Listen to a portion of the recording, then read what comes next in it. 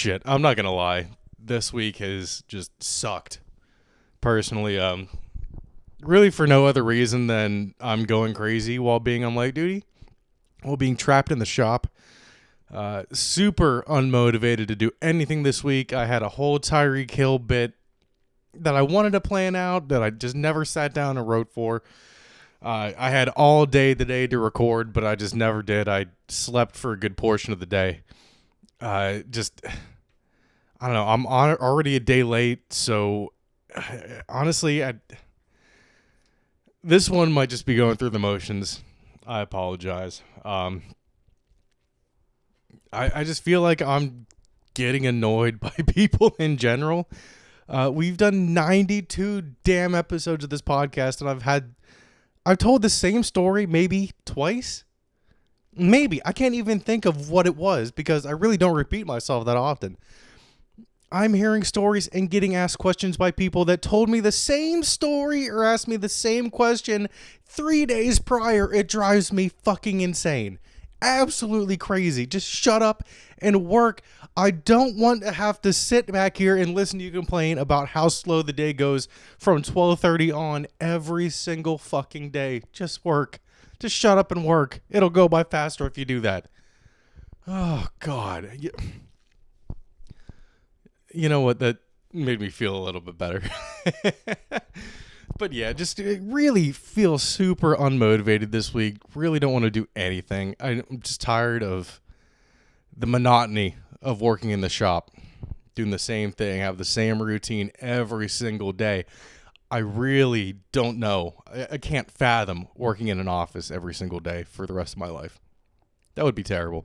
But yeah, hey, I thought we wouldn't have a lot to talk about, but this is the perfect time in the off season where speculation just runs rampant in both the NFL and MLB during spring training. So we even have a NASCAR controversy for you. Live from Delaware, it's Hoagies and Pierogis with your hosts, Ian DiCarlo. We're getting a little double down. Chocolate Rain and RJ Hammond. I just want some more hot D in my life. Let's just say he was a good lover.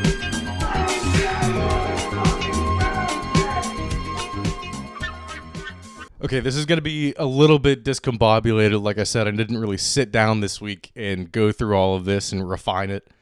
Usually I switch things around, kind of make the flow a little bit better, but we'll see how this goes. Let's get into baseball first off.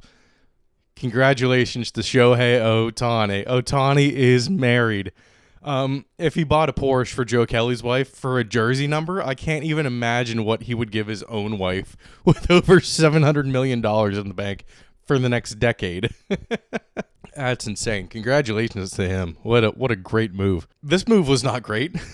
I mentioned signing Felipe Rivero or Vasquez or whatever the fuck you want to call him. I don't care.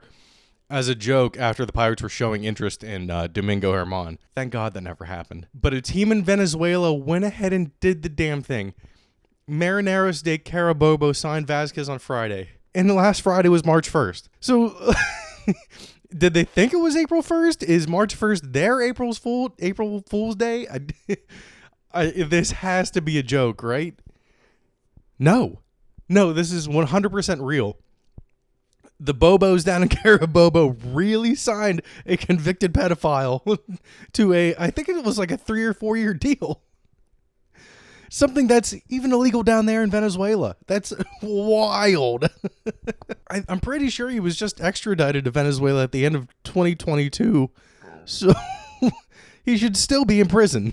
Speaking of signings, the Phillies extended Zach Wheeler on a 3-year, $126 million deal. Woo! It is the biggest contract extension by AAV in history. The largest annual average value of a contract on an extension in history at $42 million a year. Whoo! Zach Wheeler's coming in big. How old is Zach Wheeler? Zach Wheeler is 33, so this will extend him through his age 35. I believe the contract takes places here. It extends him through age 35. That could set him up for another contract if he does well through this one. So, great deal for him. The Phillies lock up a key piece of their rotation. This is huge for them. All right, what's been going on with the Pirates in spring training? Skeens made his spring training debut, and he is ready to Friday night rock. Buccos fans will get that one. He hit 102 on his fastball and was sitting 99 to 101. Sitting 99 to 101. So there is no question that he's bringing the heat. Jared Jones is in the same boat. Was sitting 99 100 and hit 101 on his fastball. Fastest I've ever seen from Jared Jones. Shelton said he had a chance to open up the spring on the opening day roster. So, like I said, I hope that prediction happens. Another pitcher that isn't bringing it, and I'm kind of concerned about, Mitch Keller. He was sitting 90 to 92 miles an hour on his fastball. I know he's only like a 95 guy, but that's concerning. He's been up to 97. I don't know why he's holding back so much. He himself said he wasn't worried about it and that the adrenaline of an actual game would bring these extra 2 to 3 miles an hour. So you're telling me Skeens is going to be throwing 105 by the time the season starts. Okay, Mitch Keller. And I'll eat my words on Henry Davis behind the dish. Whoo, dude has been a beast offensively.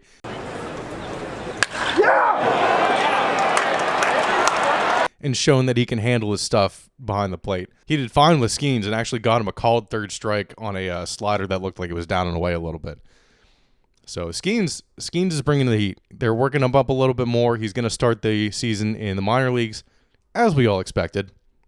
Get that workload up, consistently getting 5 or 6 innings every start. That should be his number one goal before it comes up. But yeah, Pirates looking good. They lead the Grapefruit League in home runs and are actually tied for a total amount of runs scored. So like I said, the offense is fine. Bullpen kind of took a hit this week. Moretta will likely need Tommy John. And David Bednar is dealing with lat soreness. So not the best news. That extension to Aroldis Chapman looks a lot nicer now. Oh, and you can bet your ass I'm going to be at PNC Park on June 8th for that Pirate Parrot MLB Tour 24 t-shirt. That is one of the most badass t-shirts I've ever seen for a t-shirt giveaway. But yeah, can't wait to be at PNC Park for that. In other news for stadiums or MLB parks, the A's new stadium renderings in Las Vegas look dope. They look like the Sydney Opera House. But until literally anything is finalized with the move, I'm just going to say good luck and hope that this actually happens. The renderings of their stadium that was supposed to be in the Bay Area are now tucked away in a file cabinet somewhere. And, you know, they're still on Google. Like, I was able to find the image, but I had to look for a little bit. I hope something goes right for the A's because they have all these grand plans and everything falls through on them in the last second. They might end up back in Oakland for all we know. All right, for the NBA here, I don't really have anything to say about the NBA other than if you haven't seen this video yet, here you go. This is some of the smoothest editing I've ever seen. The Celtics social media guy needs a raise immediately. All right, before we get into football, I did want to go over this NASCAR cheating controversy. NASCAR caught Joey Logano wearing an amphibious-like glove in a cheating violation.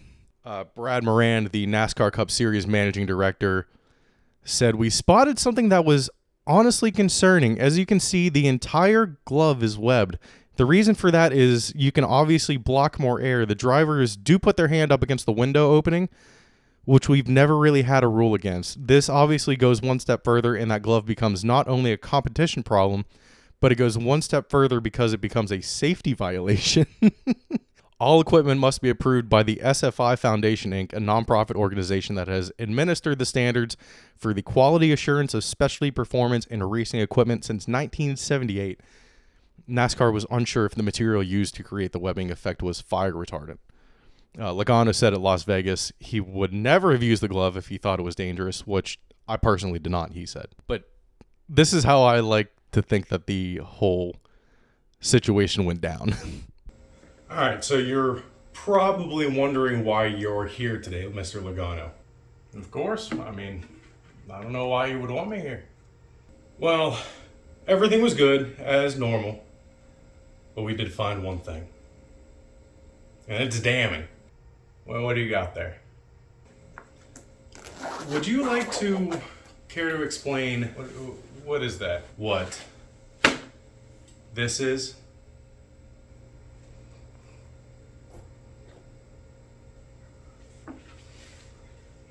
We found this glove in your car. And it's not approved. Mr. Logano, it is not approved. What do you have to say for yourself? Huh? Care to say anything? Just gonna sit there?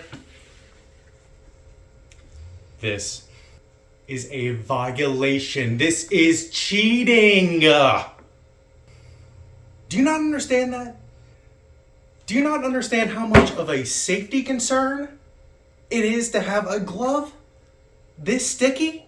You have anything to say for yourself? Okay, into college football. The Big Ten needs to slow the fuck down. What are we doing here?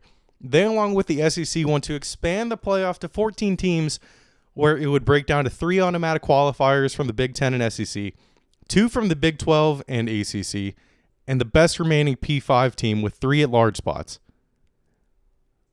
Fucking crazy that they already want to change things when realistically 4, maybe 5 Big Ten teams already have a chance to make it in the current format of the 5 highest conference seeded teams and then the 7 at-large teams.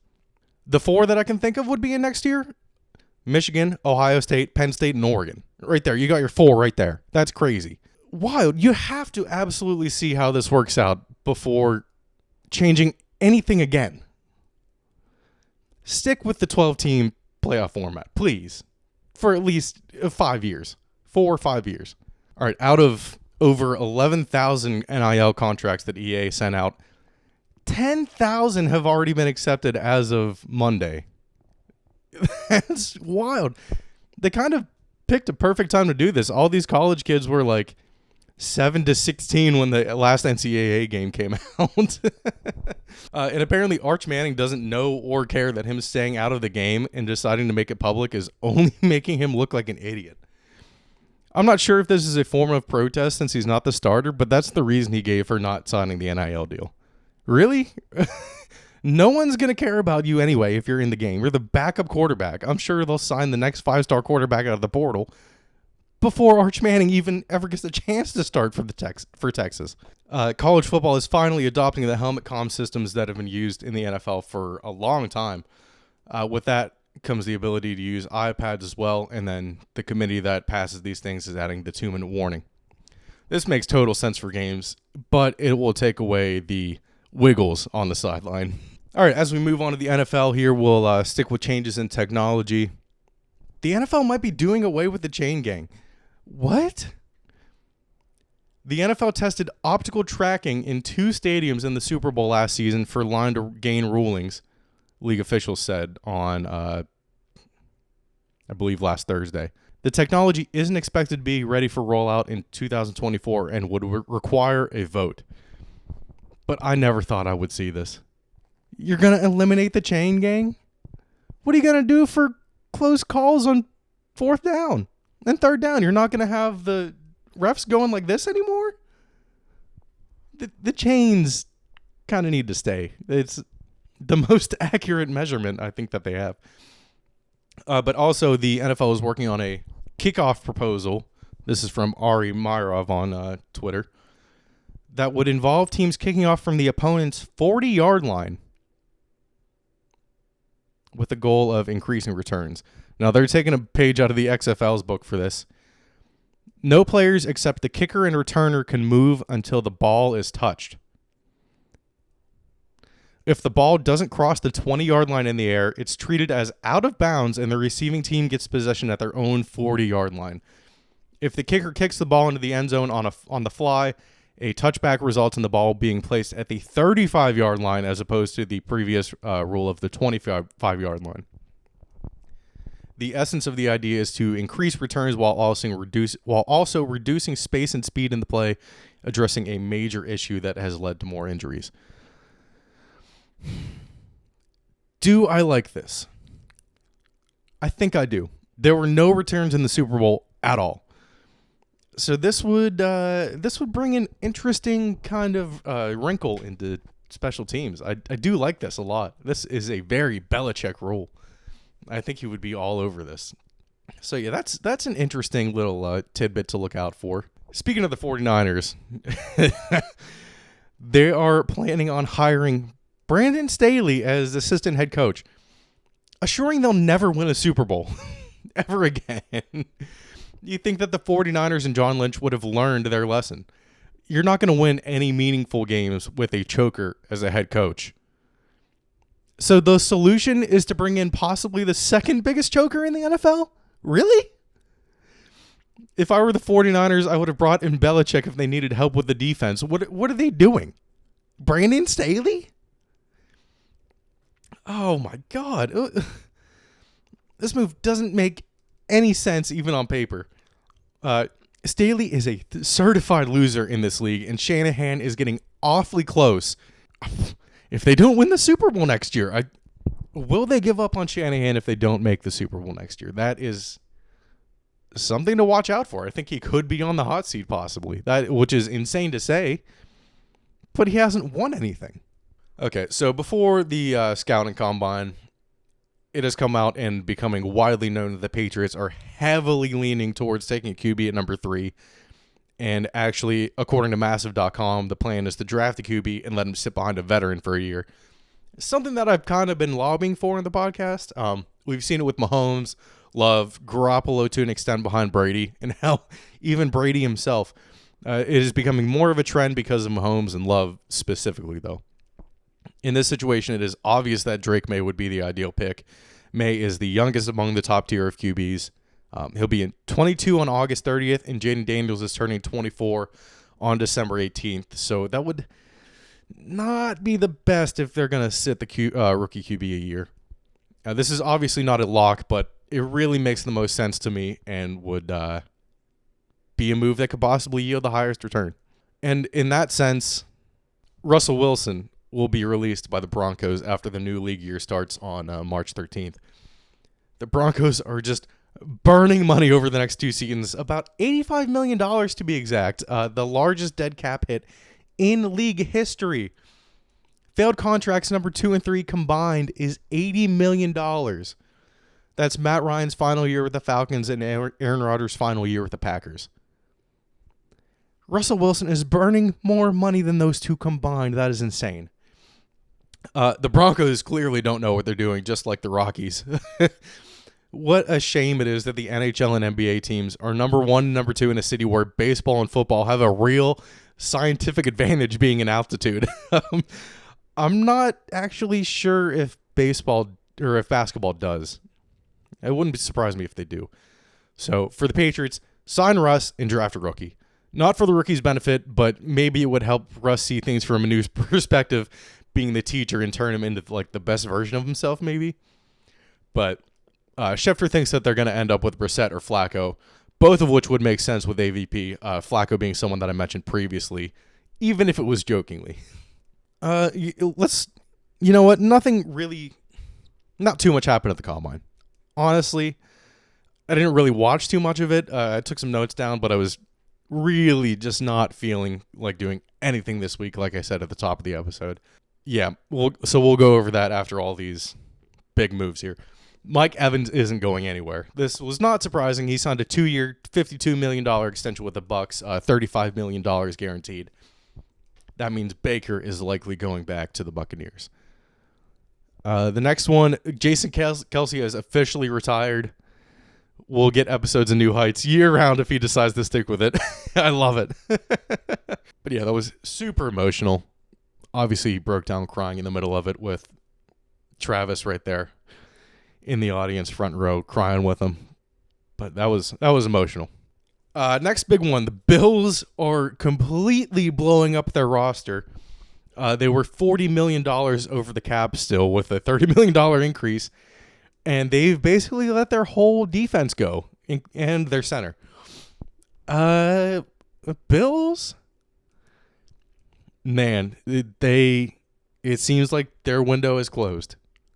I don't know what they're going to do now after setting the NFL on fire for the past 4 or 5 years. It really looks like things are not going well for them. I don't know how much more they can keep it up. Justin Simmons actually got released by the Broncos, so Jordan Poyer and Justin Simmons are on the market in case something happens with Duggar. We got backups. Okay, for the scouting combine, Nate Wiggins is a name that intrigues me. I think Clemson has a real claim to wide receiver U, but he definitely wasn't the fastest. New 40 record from Xavier Worthy. 4.21 official time is now the fastest that the combine has seen. But check out who also ran faster than 4.3. Not a list of names that exactly had a great career besides Chris Johnson, who is just a freak. Odunze, Gainer, last big thing of the combine, I think. I am 100% sold. I want the Patriots. I want him on the Patriots. If May isn't there at 3, I would rather trade back and get Odunze at number 5 through 7 than draft Daniels at number 3 and get more draft capital. Fuck it. I'm sold. Give Mac Jones another chance if you want to. Build more draft capital. But also, these linebacker / edge guys are crazy. Chop Robinson ran a 4.38. He's like 250 pounds. That is insanely fast. That's crazy. That's scary. Fuck it. Trade back and get Chop Robinson. Make the defense even scarier. Even though the offense can't score any points. Yeah, like I said, I did not watch the combine at all. And here we got Bill Belichick looking for a TV deal. Peyton Manning's trying to bring him over to Omaha Productions. If I'm not mistaken, I don't think they're doing the ESPN Monday Night Football anymore. I think they're going to have their own whole channel thing. Okay, bits and pieces. Rip to Chris Mortensen, one of the greatest ESPN broadcasters that the network will ever see. Huge part of my childhood watching SportsCenter and ESPN growing up. So yeah, rip Chris Mortensen. Maybe I should have put that somewhere else because now I'm just going to go into Dune 2 was epic. Not using that word lightly. It was an incredible sci-fi movie that will stand the test of time and be a classic forever. Dune 2 was insane. And I think there will be a third one. So 2 hours, 46 minutes was a lot to sit through, but it kept it moving. No really slow periods or anything. The fight at the end was awesome. Go see Dune. If you haven't watched the first one, watch Dune 1, then go and see Dune 2. Highly recommended. Okay, but yeah, that was it. Like I said, I didn't really go through and refine all of these. So, kind of bare bones, just going over what happened during the past week. But yeah, we'll come back next week strong. Make sure to support the show. Leave a like and comment on each video. Make sure you subscribe to our YouTube channel. Please, it helps out the algorithm a lot. Make sure you follow us on Spotify, Apple, everywhere where you listen to your podcast. Follow us on Instagram and TikTok for clips throughout the week. And yeah, I believe that's it. Alrighty, guys. We'll leave with this. Much.